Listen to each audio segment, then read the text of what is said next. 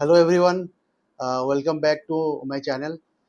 आज हम बात करेंगे स्टॉक क्या होता है, स्टॉक के बारे में। और स्टॉक जब भी आप बाय करते हो क्या क्या चार्जेस लगता है, डीमैट अकाउंट क्या होता है, ट्रेडिंग अकाउंट कैसे क्या होता है, डीमैट अकाउंट खुलते कैसे हैं, एंड डीपी क्या होता है, डिपॉजिटरी पार्टनरशिप जिसको बोलते हैं। ये आज हमारा टॉपिक रहेगा और आज की वीडियो में आप इसके बारे में थोड़ा सिंपल वे में हम बात करेंगे। तो आज का हमारा वीडियो का फर्स्ट टॉपिक है डीमैट अकाउंट।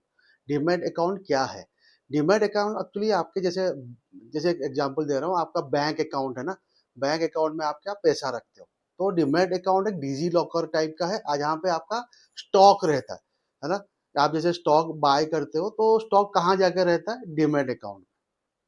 फिर जैसे trading account, actually normally demat account trading account साथ में ही ओपन होता है। आप जिसके ब्रोकर के पास अकाउंट ओपन करने जाते हो ना, तो साथ में ओपन होता है, बट थोड़ा डिफरेंस है।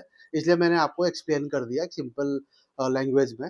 और जैसे ट्रेडिंग अकाउंट क्या होता है, जैसे आप जो भी बाय सेल करते हो वो कुछ ट्रांजेक्शन होता है, वो ट्रेड होता है, तो उसको ट्रेडिंग अकाउंट बोलते हैं। बट ये नॉर्मली क्या होता है ना, ब्रोकर साथ में ही ओपन होता है। ये तो इसमें ऐसा नहीं कि आप कंफ्यूज मत हो कि मैंने डीमैट अकाउंट ओपन किया था, ट्रेडिंग अकाउंट क्या है। ये एक्चुअली वो साथ में ही ओपन होता है, बट उसका फंक्शन थोड़ा अलग है। इसलिए मैंने आपको अलग से ही एक्सप्लेन कर दिया है डीमैट अकाउंट और ट्रेडिंग अकाउंट। सो दूसरा एक है डिपॉजिटरी पार्टिसिपेंट, है ना। हमारे इंडिया में दो डीपी है, इसको नॉर्मली शॉर्ट फॉर्म में डीपी बोलते हैं। तो एक है आपका सीडीएसएल और एक है आपका एनएसडीएल। जैसे नॉर्मली हम कोई भी स्टॉक हमने खरीदा है ना, तो खरीदने के बाद जाता किधर है? हमें तो अपने ऐप में दिखता है या तो वेबसाइट में दिखता है, बट एक्चुअली वो डीपी में ही आपका सेफ रहता है। एक एग्जांपल देता हूँ, है ना। जैसे अभी हम डीपी की बात कर रहे थे, तो अभी मैं एक्चुअली एक न्यू क्लाइंट से मिला, जिनके पहले ऐसे कुछ इंसिडेंट हुआ है रिगार्डिंग स्टॉक मार्केट। तो मैं आपको छोटा सा एग्जांपल देता हूँ। तो उन्होंने क्या किया, एक बैंक के पास कुछ इन्वेस्ट करने गए, तो उन्होंने सजेस्ट किया कि आप स्टॉक में इन्वेस्ट करो, है ना। तो उन्होंने 10 lakhs दिया। और 6 महीने बाद उन्होंने पूछा उसको कि मेरा 10 lakhs का क्या हुआ। तो उन्होंने कहा कि आपका प्रॉफिट है, 1 लाख से प्रॉफिट है। ठीक है, तो उन्होंने कुछ बोला नहीं। उन्होंने अच्छा, उनको अच्छा फील हुआ, उन्होंने और 10 lakhs इन्वेस्ट करने दिए कि इतना शॉर्ट टर्म में मेरा अच्छा प्रॉफिट हुआ है।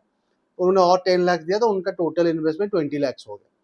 तो फिर और 6 महीने के बाद उन्होंने वापस से उसको पूछा, हमारा क्या प्रॉफिट है, क्या है स्टॉक, कौन सा स्टॉक आपने बाय किए हो, वो मुझे दिखाओ, कहाँ पे क्या है। तो उन्होंने कहा कि उन्होंने एक पेपर में, नॉर्मल एक्सेल में उन्होंने एक फाइल बना के कुछ कुछ स्टॉक का नाम लिख के उनको प्रॉफिट दिखा के दे दिया, है ना।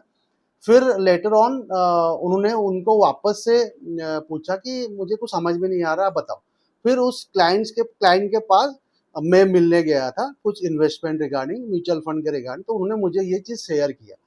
तो मैंने उनको बोला कि ये तो आप ऑनलाइन देख सकते हो, है ना। आपके पास, आपने अगर अकाउंट ओपन किया ना कहीं भी, कोई भी ब्रोकर के पास आपने अकाउंट ओपन किया हो, तो आपके पास कौन सा स्टॉक है, आप ऑनलाइन डीपी के वेबसाइट में जाके देख सकते हो। ये ऑथेंटिक, मतलब सबसे बेस्ट वे है चेक करना कि आपके अकाउंट में कौन से स्टॉक है ना।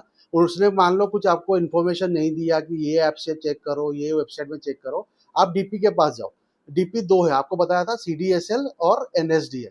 तो मान लो आपके डीमैट अकाउंट जहाँ भी आप ओपन किए हो, वहाँ पे आपको समझ में आ जाएगा कि आपका सीडीएसएल है या एनएसडीएल। फिर मैंने वो क्लाइंट को बताया कि आप एक काम करो, उनको फ़ोन करो, उनको उनसे एक क्लाइंट मास्टर रिपोर्ट करके सीएमएल कॉपी होता है ना, तो वो मंगाओ। वो मंगाने के बाद हमने उनका सीडीएसएल में अकाउंट था, तो सीडीएसएल में हमने चेक किया, तो वहाँ पे उनका स्टॉक खाली था 6 लाख का। तो आप सोचो, ये एग्जांपल में इसलिए डीपी के नाम आया तो शेयर कर रहा हूँ कि डीपी, अगर आपको आपको भी पता होना चाहिए कि डीपी क्या है। आप अगर स्टॉक बाय करते हो और स्टॉक चीज़ों में डील करते हो, तो डीपी पता होना जरूरी है कि आपका स्टॉक कितना है, क्या है। और आपका वो, आपने किसी को पैसा दिया, वहाँ पे वो स्टॉक खरीद रहा है कि फ्यूचर ऑप्शन में ट्रेड कर रहा है, इंट्राडे में ट्रेड करना, ये सब बहुत जरूरी चीज़ें हैं। सो अभी जैसे आपको एग्जांपल दिया, ये एक मतलब मैंने ऐसे क्लाइंट से मिला, ऐसे बहुत सारे क्लाइंट से मिला हूँ। अदर अदर प्रोडक्ट का भी इशू है, बट ये स्टॉक की बात कर रहे हैं, इसलिए हम, मैंने आपको स्टॉक के ऊपर ये सारी चीज़ें जो होता है मार्केट में। इसलिए और एक चीज़, आज के डेट में कुछ भी मतलब ये नहीं है, बट आपको, आप इजीली ट्रैक कर सकते हो। आप खाली पता करो पहले, फर्स्ट थिंग आप कौन से ब्रोकर के साथ अकाउंट ओपन कर रहे हो, है ना। फर्स्ट थिंग वो मैटर करता है। मान लीजिए मैं आपको एग्जांपल देता हूँ, आपने मान लो, जैसे हम मोतीलाल ओसवाल के चैनल पार्टनर है, तो मैं मोतीलाल ओसवाल का नाम लेता हूँ।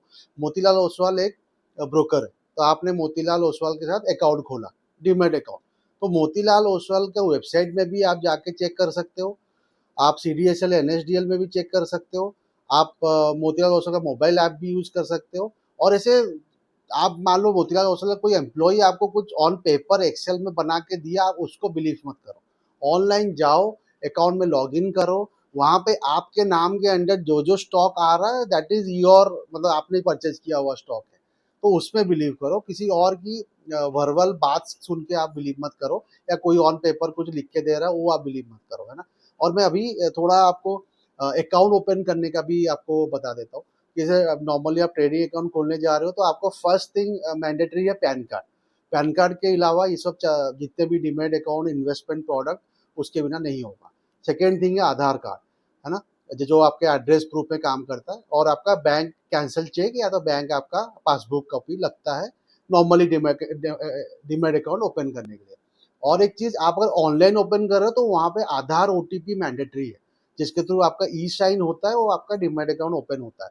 अगर आप ऑफलाइन करते हो, ऑफलाइन में बहुत सारे सिग्नेचर लगता है आपके एप्लीकेशन फॉर्म में, तो ये आप चेक करो कि आप सिग्नेचर प्रॉपर कर रहे हो, और आपके डॉक्यूमेंट्स में आप IPV एक होता है, इन पर्सन वेरिफिकेशन, वो सारी चीजें आपके सामने हो रहा है, आप साइन कर रहे हो अपने डॉक्यूमेंट्स में, तो ये चीज मैंडेटरी। आप और एक चीज आपको बताऊंगा, आप जो भी डॉक्यूमेंट आप देते हो, पैन कार्ड का कॉपी हो गया, आधार कार्ड का कॉपी हो गया, तो वहां पे आप मेंशन कर दो कि मैं ये कंपनी को दे रहा हूँ, तो आपका ये सेफ है कि आपका ये जो कॉपी है उसका कोई डुप्लीकेट कॉपी बना के कोई और आपको यूज नहीं कर रहा।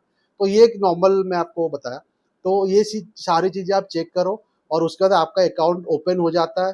तो आप अगर नहीं होता तो आप ब्रोकर से बात करो, किसी बीच में मीडिएटर से बात मत करो कि मेरा अकाउंट ओपन नहीं हुआ, और या तो मेरे अकाउंट में ये चार्जेस है, और ये सिनेरियो। आप नॉर्मल डायरेक्टली आप कस्टमर केयर से बात करो, जो भी आपका ये होगा, ब्रोकर होगा। तो जैसे आप कोई भी जैसे नॉर्मली आपका डीमैट अकाउंट ओपन हो गया, है ना, आप स्टॉक बाय करोगे, तो स्टॉक बाय करते समय क्या क्या चार्जेस लगता है। फर्स्ट थिंग ब्रोकरेज, तो नॉर्मली ब्रोकर चार्ज करते हैं, अब ये डिस्काउंट ब्रोकरेज भी आ गया, वो तो और डिफरेंट पार्ट है। और नॉर्मली ब्रोकरेज चार्ज होता है आपके ब्रोकर, जो भी चार्ज होता है आपके अकाउंट ओपनिंग के टाइम में, वो सारे चीज डिटेल्स आपको बता गया होगा कि आप ये सेगमेंट में ये चार्जेस लगेगा। आप नॉर्मली स्टॉक बाय कर रहे हो, क्यों कर रहे हो, डिलीवरी के लिए कर रहे हो, फ्यूचर ऑप्शन के लिए कर रहे हो, जैसे आप ट्रेडिंग कर रहे हो, या तो आप इंट्राडे में ट्रेड कर रहे हो, तो ये सारी चीज़ों का ब्रोकरेज अलग अलग होता है। तो आप अगर स्टॉक बाय कर रहे हो डिलीवरी में लॉन्ग टर्म के लिए, तो मैं वो आपको बता रहा हूँ कि स्टॉक बाय कर रहे हो तो ब्रोकरेज लगेगा, फिर उसके बाद लगेगा STT लगेगा, उसके बाद लगेगा आपका GST लगेगा, फिर आपका स्टैम्प ड्यूटी लगेगा। तो ये सारी चीज़ें आपका एक स्टॉक बाय करने के बाद सारे चार्जेस वहाँ पे अप्लाई होंगे। और स्टॉक आज आप बाय करोगे तो वो ट्रांजेक्शन डे हो गया। मान लीजिए आपने मंडे को बाय किया, that is your T day, transaction day. फिर वो T+1 दैट इज टुमारो, और T+2 मतलब एक दो दिन के बाद आपके वो डीमेट अकाउंट में स्टॉक आ जाएगा सेटलमेंट होके, है ना। तो जैसे नॉर्मली BSE NSE आपको पता होगा, बॉम्बे स्टॉक एक्सचेंज और नेशनल स्टॉक एक्सचेंज, दोनों आप कौन से एक्सचेंज में आपने स्टॉक बाय किया है, उसके सेटलमेंट, कुछ कुछ स्टॉक T1 में सेटल हो जाते हैं, कुछ कुछ स्टॉक T+2 में होता है। तो नॉर्मली T+2 पकड़ के चल रहा हूँ, और 2 दिन में आपके स्टॉक डीमैट अकाउंट में आ जाएगा। फिर उसके बाद वो स्टॉक को आप होल्ड कर सकते हो फॉर लॉन्ग टर्म, चाहे तो आप सेल भी कर सकते हो, डिपेंड आप कैसे इन्वेस्टमेंट करना चाह रहे हो। और एक चीज बताऊंगा, बहुत सारे स्टॉक ब्रोकर हो गए जो भी मैक्सिमम प्रिफर करते हैं, मतलब नॉर्मली बात कर रहा हूँ आपको, जैसे फ्यूचर ऑप्शन की बात करेंगे, है ना। फ्यूचर ऑप्शन एक मतलब बहुत मतलब ऐसा इन्वेस्टमेंट है, इन्वेस्टमेंट रिस्की इन्वेस्टमेंट है ना, जहाँ पे बहुत सारे ब्रोकर ऐसा बोलते हैं कि यहाँ से आपको ये 50% ये हो जाएगा, 30% प्रॉफिट हो जाएगा, आपका पैसा 2 दिन में डबल हो जाएगा, हफ्ते में डबल हो जाएगा। तो ये सारी चीज़ें में आप बिलीव मत करो, क्योंकि क्या कि फ्यूचर ऑप्शन में जितनी जल्दी आता है उतनी जल्दी जाता भी है।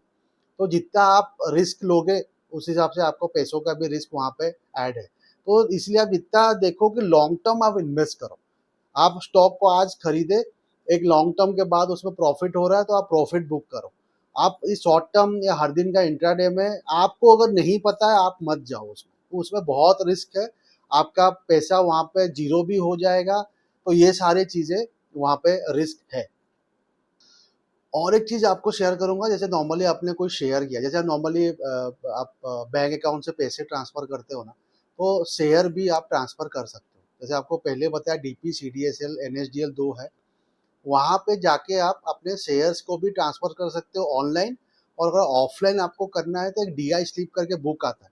जब भी आप डीमैट अकाउंट ओपन किया होगा, उसके डिटेल के साथ आपको डीआई स्लिप करके बुक आया होगा आपके एड्रेस पे। तो वहाँ पे फ़ील करके मान लीजिए आप अपने अकाउंट को भी आप ट्रांसफ़र, आपने मान लीजिए आपके 2 ब्रोकर है, दोनों अलग-अलग अकाउंट है।